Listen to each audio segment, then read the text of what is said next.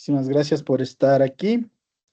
Como les mencionaba, les invito a que podamos abrir nuestras Biblias en Lucas capítulo 17, versos 11 al 19. Estamos todavía estudiando los milagros de Jesús y creo que este mensaje en particular tiene una situación muy interesante, muy llamativa que quiero compartir con ustedes. Yo voy a leer la en la versión Nueva Traducción Viviente, ¿sí? Y el título que tiene este pasaje tiene 10 hombres son sanados de lepra. Y eso pues me lleva a ponerle como tema de esta prédica el regreso que revela el corazón, ¿sí? Y dice así el verso 11.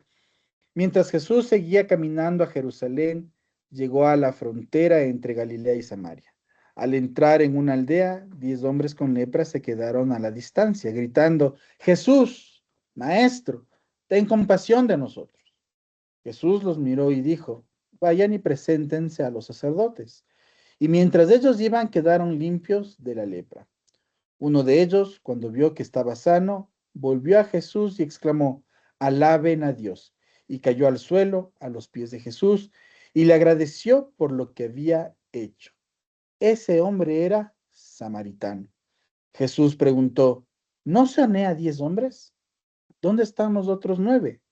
Ninguno volvió para darle gloria a Dios excepto este extranjero. Y Jesús le dijo al hombre, levántate y sigue tu camino. Tu fe te ha sanado. Esta historia tiene un mensaje muy importante, una anécdota muy interesante. 10 hombres viven marcados por la exclusión. La lepra no solo deteriora su cuerpo, sino que también los expulsa de toda relación. La ley de Moisés justamente mandaba que estas personas puedan estar excluidas de todo vínculo familiar, de la comunidad e incluso de esos procesos de adoración. No podían acercarse al templo hasta que pudieran estar libres de la lepra. Desde lejos, alzan la voz como quien no tiene nada que perder. Jesús, Maestro, ten misericordia de nosotros, nos recuerda el verso 13 del pasaje que nosotros leímos. Jesús responde de una manera inesperada. No los sana en el acto, sino que les da una instrucción. Vayan al templo, vayan a presentarse al sacerdote. En el camino ocurre el milagro. Sin embargo, la historia no culmina con la sanación, no culmina con este acto de sanidad. Quizás en los otros pasajes, en las otras lecciones que hemos realizado con respecto a los milagros de Jesús, vemos que de alguna manera esa historia termina ahí, en ese acto glorioso de la sanación. Pero aquí la historia continúa. Vuelvo, repito, no terminamos en la sanidad, sino con la reacción de cada uno de ellos. 9 siguen adelante, siguen con su camino, siguen con su vida. Solo uno decide volver. Y es en ese regreso donde se revela lo más importante. Este pasaje no trata solo de recibir, sino de cómo respondemos a lo que recibimos. Y lo más interesante de este pasaje es que aquel que regresa es extranjero, es samaritano. El texto ya nos ha enseñado en otras ocasiones que judíos y samaritanos no se llevaban bien. Jesús no pregunta la nacionalidad de estas personas. Jesús no está preocupado por lo que estas personas, por el origen de estas personas. Ejecuta su milagro, da su proceso de sanación, pero solo este extranjero es quien regresa. Y quiero compartir con ustedes 4 puntos en esta mañana. Y el primero de ellos tiene que ver con una súplica colectiva. Todos reconocen su necesidad. Lo vemos en el verso 13. Alzaban la voz diciendo, Jesús, Maestro, ten misericordia de nosotros.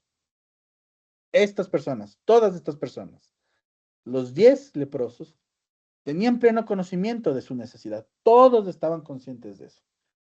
Y probablemente nosotros estamos muy conscientes de nuestras necesidades, necesidades afectivas, necesidades de vincularnos con el otro, con la pareja, con el hijo, con el hermano, con el padre, con la madre, necesidades quizás en el ámbito laboral, en el ámbito físico. Estamos quizás de alguna manera muy conscientes de nuestras necesidades, parecido a estos 10 hombres. Los 10 leprosos comparten la misma condición y el mismo clamor. Hoy en día hay muchas personas rogando por seguridad en el Ecuador. Hoy hay muchas personas quizás rogando por un trabajo, rogando por por sanidad, ¿no es cierto? No hay diferencia, quizás, en la forma en cómo nosotros proclamamos esta necesidad. Todos necesitamos de alguna forma esta gracia, todos de alguna manera estamos pasando por una crisis. La enfermedad borró cualquier distinción social o religiosa, no estaban ahí quizás de alguna manera viendo si son luteranos, si son calvinistas, simplemente vemos que hay una necesidad y estamos clamando, y, al igual que estas personas. Cuando en el pasaje se nos revela que hay este extranjero, no están diciendo ellos, bueno, aquí estamos 9 nacionales y este extranjero y sálvanos solo a nosotros los 9 o sánanos solo a nosotros los 9. La nacionalidad ya no importa, esas diferencias ya no importan porque la necesidad es la misma. Su clamor no es elaborado, es honesto. No apelan a méritos.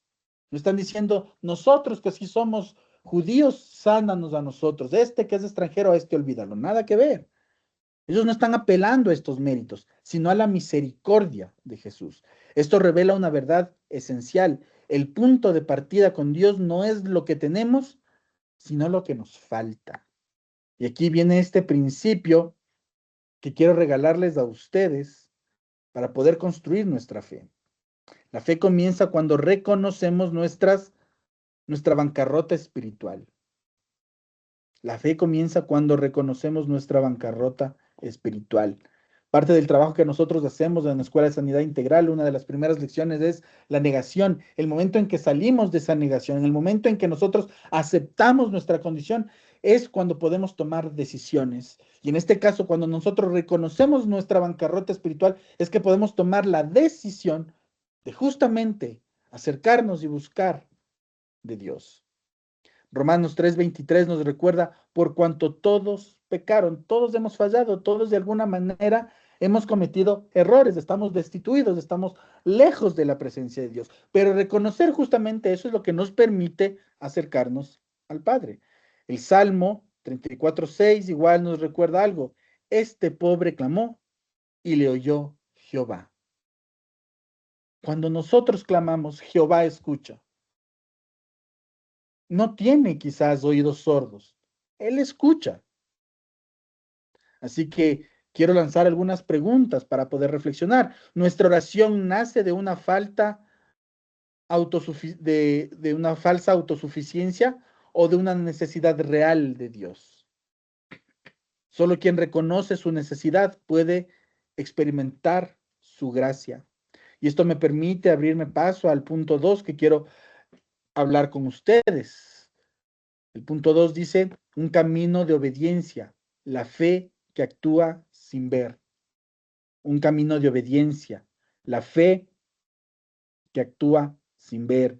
Y esto lo podemos ver en el verso 14 que leímos. Id, mostraos a los sacerdotes, y aconteció que mientras iban, fueron limpiados. El texto no nos dice que los 10 leprosos cuestionaron a Jesús, pero ¿cómo nos vamos a presentar ante los sacerdotes? Si aún estamos sucios, si aún estamos impuros, si aún estamos con lepra. No, a este Jesús, a este maestro el que estábamos clamando, nos dijo que fuéramos, pues vamos con todo y lepra. Y dice que en el camino fueron sanados. Jesús no toca, no declara sanidad inmediata, da una orden. Ir a los sacerdotes implicaba presentarse como limpio, pero aún no lo estaban. Eso requería de fe. El milagro ocurre mientras iban, no antes, no después. La obediencia abre el espacio donde Dios actúa. Y aquí les regalo este principio para fortalecer nuestra fe. La fe auténtica se manifiesta en obediencia incluso cuando no vemos resultados inmediatos. Hay muchas personas clamando, Señor, sana a este amigo, Señor, líbranos de esta enfermedad. Y a veces queremos un milagro instantáneo. No siempre es así. A veces necesitamos obedecer y es en el camino en donde somos sanados. Hebreos 11:1 nos dice la primera parte, la fe es la certeza de lo que se espera. Y eso es importante el poder recordar. Santiago 2:17 igual nos dice la fe, si no tiene obras, está muerta. Y aquí en este pasaje, esta obra de la fe era actuar, caminar, ir hacia los sacerdotes. Me veo con lepra, pero voy hacia los sacerdotes, obedezco. Quizás aún estoy luchando con la mentira, con el orgullo, con la idolatría, con la fornicación, con el adulterio. Aún estoy luchando, pero el Señor me dice, ve y hazlo. ¿Cuántas personas a lo largo de mis años en el ministerio he escuchado? No, no, no. Cuando Dios me sane, cuando Dios me restaure, entonces voy a servir. Entonces voy a meterme en este ministerio. Y no siempre es así. A veces necesitamos obedecer, caminar, y en el camino ocurre el milagro.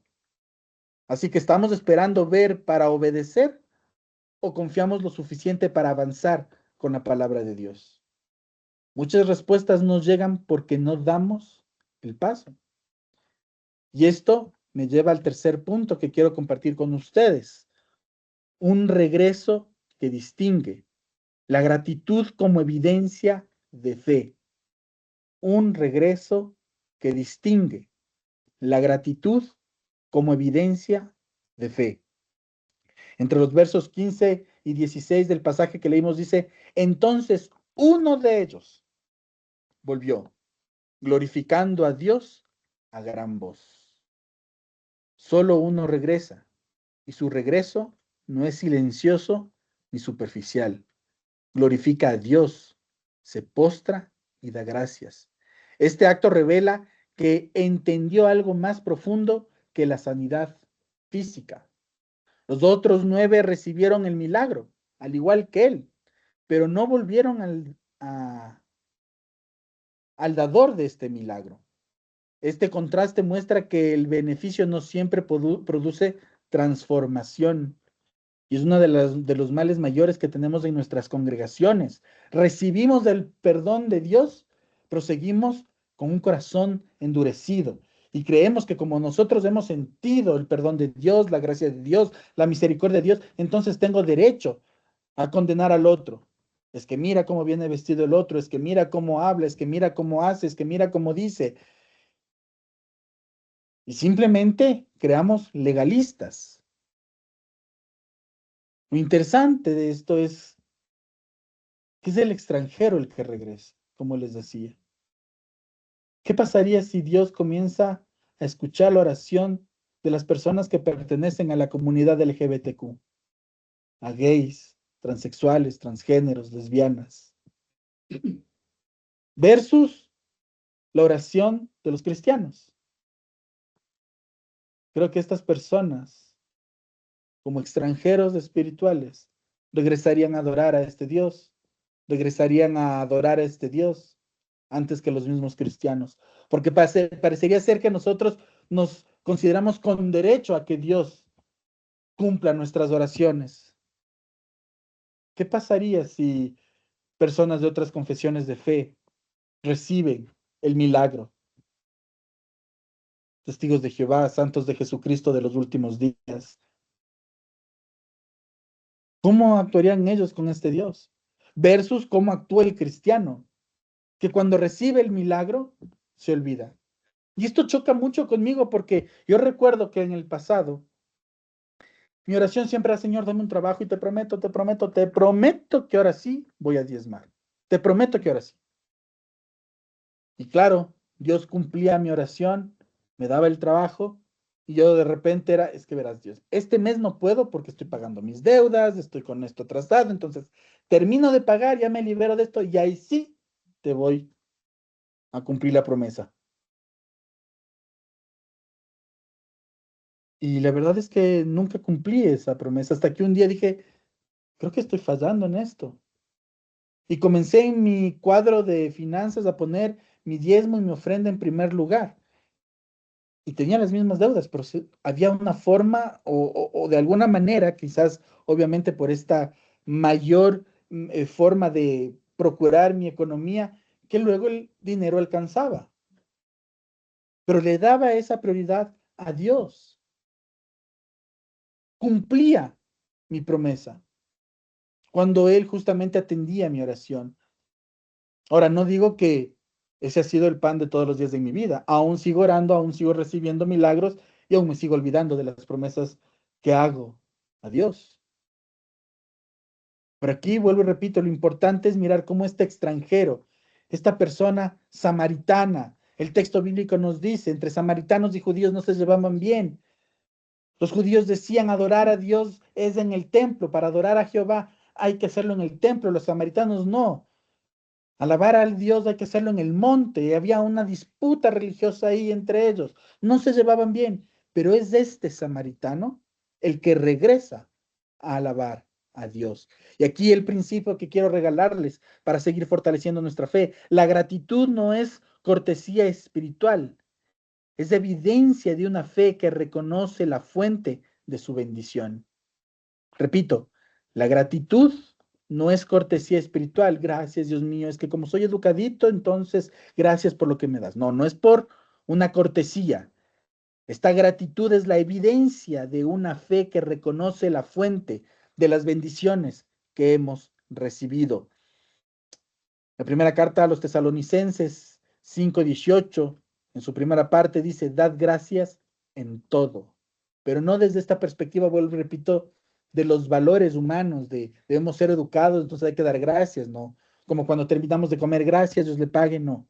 Es esta gratitud de reconozco cuál es la fuente de las bendiciones que he recibido.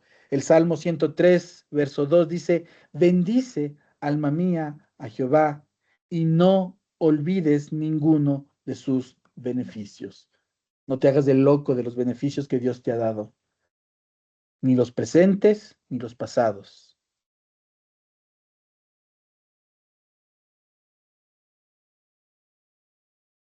Aquí quiero hacer unas preguntas para reflexionar. ¿Somos de los que reciben y siguen o de los que regresan y reconocen? ¿Recibo la bendición y sigo con mi camino? ¿O soy de los que regreso y reconozco quién fue el que me salvó, quién fue el que me ha sostenido y quién es el que sigue estando a mi lado? La gratitud debe ser una disciplina, no una emoción ocasional. Y con esto quiero dar paso al último punto de esta mañana, que dice una salvación completa, más que sanidad, restauración integral. El último punto de esta mañana es una salvación completa, más que sanidad, es restauración integral. Entre los versos 17 y 19 vemos, tu fe te ha salvado. Jesús hace una pregunta que resuena. ¿No son 10 los que fueron limpiados? No es ignorancia, es confrontación. La ausencia de los 9 revela su desconexión. El samaritano, extranjero, marginado, se le declara algo mayor. No solo ha sido sanado, ha sido salvado. ¿Cómo nos cuesta como congregación aceptar que hay muchos extranjeros, incluso en el ámbito espiritual, que reciben la salvación, cuando reconocen a este Jesús y a este Dios como la fuente de su sostén, como la fuente de sus bendiciones? Aquí se marca la diferencia entre experimentar un milagro y entrar en una relación transformadora con Dios. Preguntan por qué hoy no se hacen los milagros como antes, por qué Dios no hace los milagros como los hacía en la época en la que fue escrita el texto bíblico. Porque las personas probablemente actuaríamos como los 9 leprosos sanados. Recibiríamos el milagro y seguiríamos con nuestras vidas. Y probablemente actuando en el mismo pecado con el que hemos estado luchando. Dios no quiere que nos acerquemos por el milagro que puede hacer en nuestras vidas. Dios quiere que nos acerquemos porque lo amamos, por lo que es, nuestro sustento, nuestro todo. El principio que quiero regalarles con relación a este punto es que la gratitud que vuelve a Jesús abre la puerta a una salvación más profunda que cualquier necesidad temporal.